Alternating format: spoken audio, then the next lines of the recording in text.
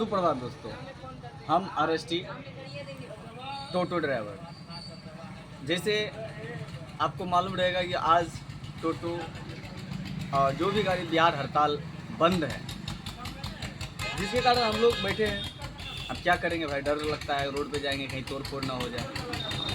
अब मैं ये सरकारों से पूछना चाहता हूँ, सर अगर एक व्यक्ति गुनाह करे उसका सज़ा पूरा बिहार वाला भोगे, ये कहाँ का इंसान है? ऐसी नहीं होनी चाहिए। अगर कोई व्यक्ति अगर हमारे मोदी साहब के माँ को गाली दे दिया और सामने हमारे जो राहुल गांधी हैं और तेजस्वी भाई, इनके सामने ऐसा हो गया और वो खड़े होकर देखते रहे और अपना जयकारा लगाते, गलती तो तेजस्वी भाई किया और राहुल भाई ने।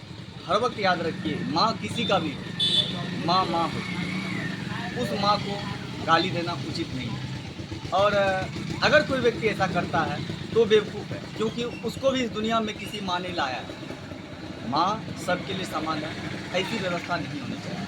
अब बात करते हैं, हमारे देश में ये नियम चलते आ रहे हैं, कुछ भी हुआ बंद कर दो, हड़ताल कर दो। सर हम आपसे पूछना चाहते हैं, इस बंद के कारण कितना व्यक्ति प्रभावित होता है, कितना बच्चे प्रभावित होते हैं, कितने बच्चे डर जाते हैं कि आज स्कूल जाएं कि नहीं जाएं, कितना पेरेंट्स डर जाता है जो स्कूल भेजें कि नहीं, आज क्या होगा हड़ताल में, ये बात कोई डिसाइड नहीं जानता है।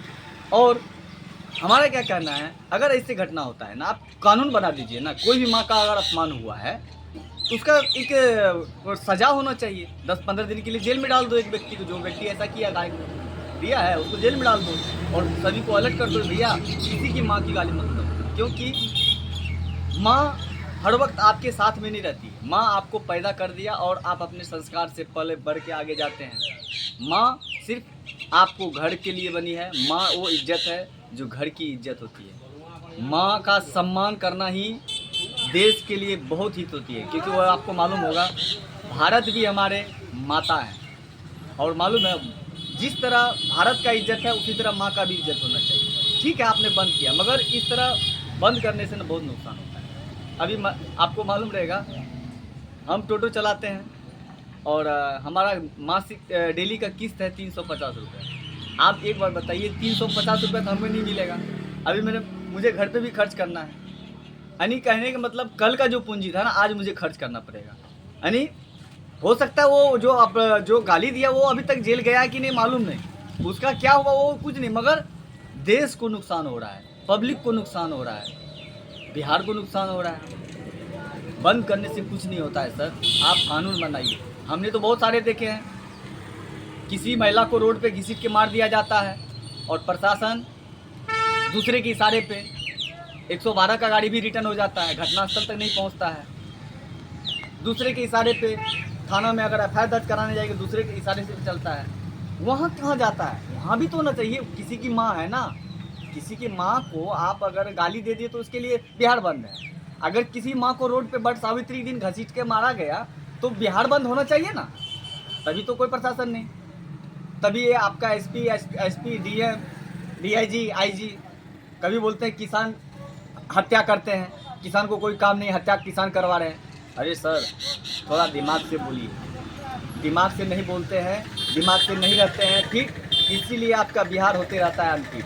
दिमाग को कूल रखिए, कोई व्यक्ति गलत नहीं होता है, गलत करवाने वाला व्यक्ति होता है, जो कि उस व्यक्ति को बोला जाता है भाई तुम गलत करो हम तुम्हारे साथ हैं।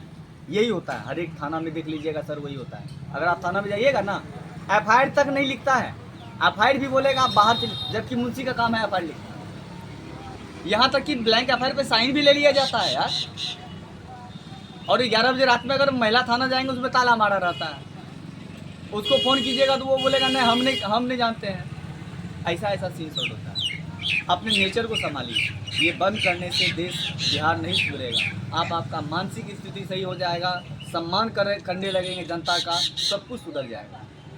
जब तक आप सम्मान करना ना सीखेंगे तब तक मेरा देश महान नहीं होगा। जय पूर्णिया, प्रणाम पूर्णिया, जय हिंद, जय भारत।